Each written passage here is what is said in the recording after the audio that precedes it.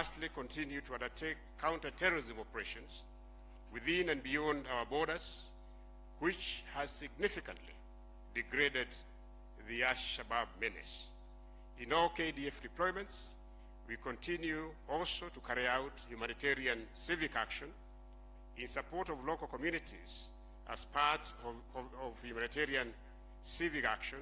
In the past year, in countries of Baringo, Laikipia, Samburu, and Marsabit, we have done a lot of dams, including water pans and boreholes. KDF has, within the multi-agency framework, delivered on its mandate of assisting and cooperating with MDAs towards the provision of services to the Kenyan people. In addition, in response to climate change, KDF, through the Environmental Soldier Program, established in 2008, continues to partner with other stakeholders in afforestation efforts and tree planting across the country. As we mark this day, we assure the Kenyan people of KDF's commitment to the defense and protection of our motherland, as this is our sacred duty and calling. It is now my duty and honor to humbly request Your Excellency to address the officers, service members, military families, and invited guests. Your Excellency, sir.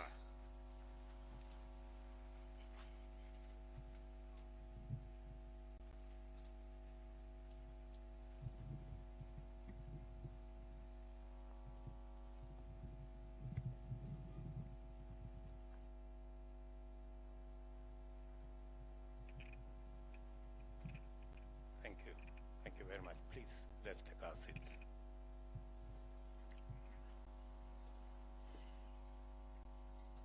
Distinguished guests, ladies and gentlemen, it is my distinguished honor to join you today to observe the 11th anniversary of the KDF Day. This is a day dedicated to the remembrance of those of our gallant soldiers who have paid the ultimate price in the defense of our republic.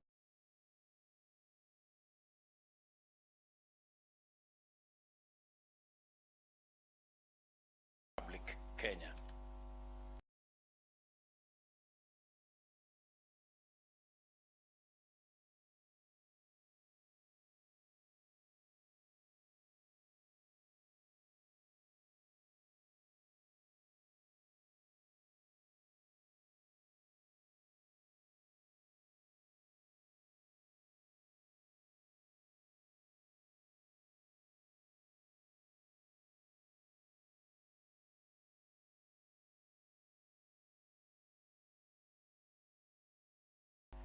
We pay homage to the bravery of our exemplify.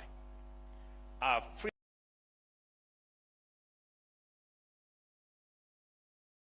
freedom and sovereignty are hard-won products of great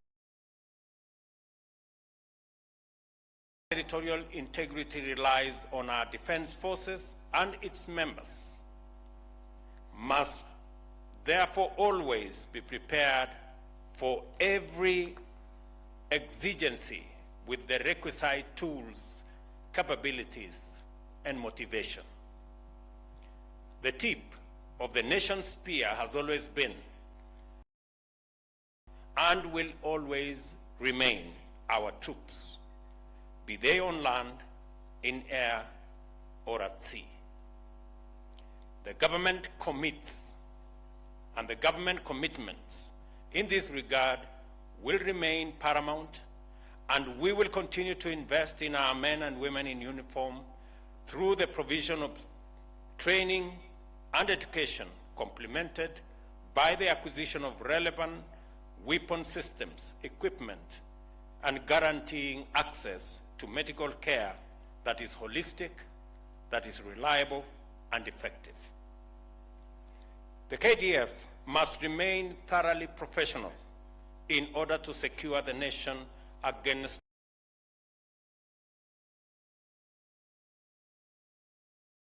all threats by offering credible deterrence, research and development undertaken by the KDF, some of which were showcased at the just concluded Nairobi International Trade Fair. I look forward to seeing more innovations from the military family. It is desirable that the solutions out of your laboratories and workshops are not exclusively focused on defense and security. I urge you to also seek to address human security needs of the citizenry, like food security and affordable housing. Indeed, the broader national purposes of our public service, insofar as they apply to defense forces, should find robust expression in the work that our gallant men and women in uniform undertake. I am delighted to observe that you have seized the opportunity of engaging with the citizenry as a platform to articulate our collective aspirations and give the best expression to our national values and principles of governance. Sustainable development being our ultimate principle of governance, it is encouraging that you continue to explore ways of lending a hand to the greater national effort. Significantly, ladies and gentlemen, Kenya needs to take steps towards self-sufficiency in simple defense articles, apparatus, and food. In fact, appropriate degree of military industrialization has spurred the growth of the civilian industry in other jurisdictions. Kenya thus needs to follow international best practice to achieve this desired self-sufficiency. I note also the secondary role the KDF has undertaken in support of other state agencies in disaster response, humanitarian support, and inter-community peace building. This is yet another chance for our forces to practice its magnificent tradition of articulating our values. Our soldiers embody national security and inspire confidence. Your participation at the core of efforts to solve human problems and respond to citizen needs entrench your capacity to touch hearts and to encourage people. Ladies and gentlemen, Kenya is committed to international as well as regional peace and security, as it is the only guarantor of amicable coexistence and regional economic growth. Our forces continue to be called upon by the African Union and United Nations to augment peace support operations in Africa and beyond. And I have had a conversation with the leadership of our KDF to expand our efforts in peacekeeping across the globe. Some of the sacrifices of our soldiers, therefore, are not confined to our immediate borders. The legacy of Kenyan peacekeepers has been appreciated as far away as West Africa.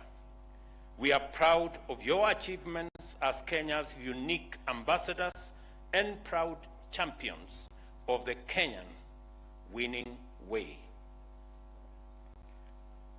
As a responsible member of the global community, our stand on the war on terror speaks for itself. For this reason, KDF is in Somalia, having been invited among other nations to support the United Nations and the African Union Transition Mission in Somalia, formerly AMISOM. This contribution supports the efforts of the international community in pursuing peace in the Horn of Africa.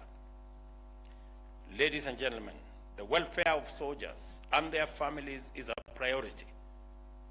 I therefore appreciate the establishment of the various KDF regional hospitals in order to bring closer the requisite preventive and curative health to families and veterans. This initiative saves costly and lengthy trips to Nairobi for treatment.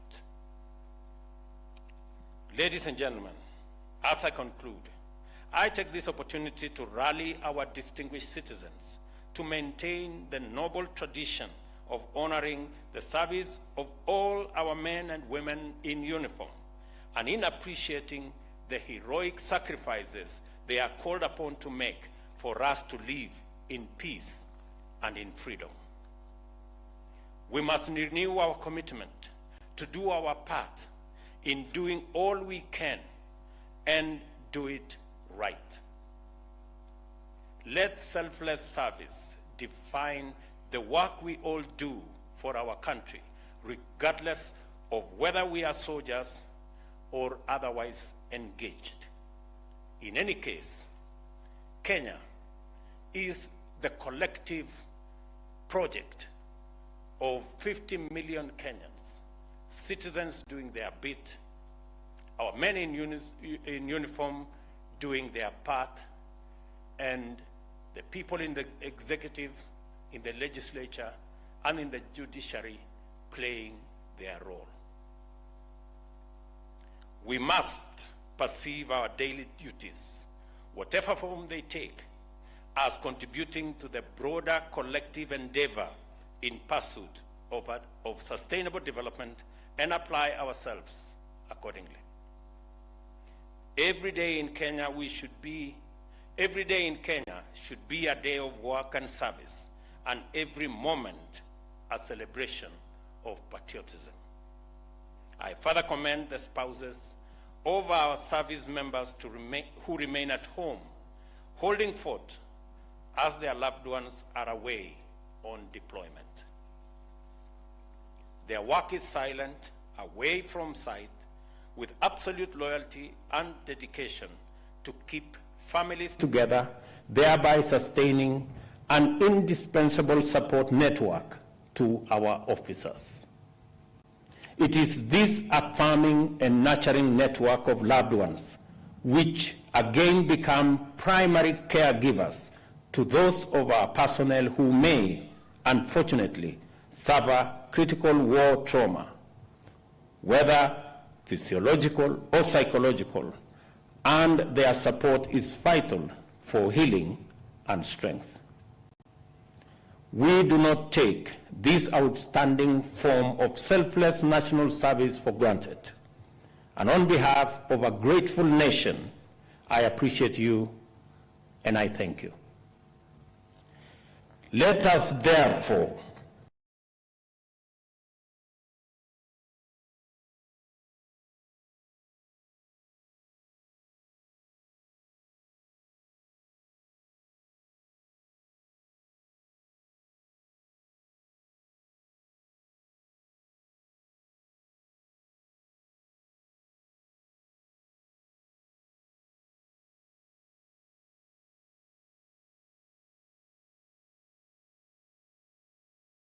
proceed on the understanding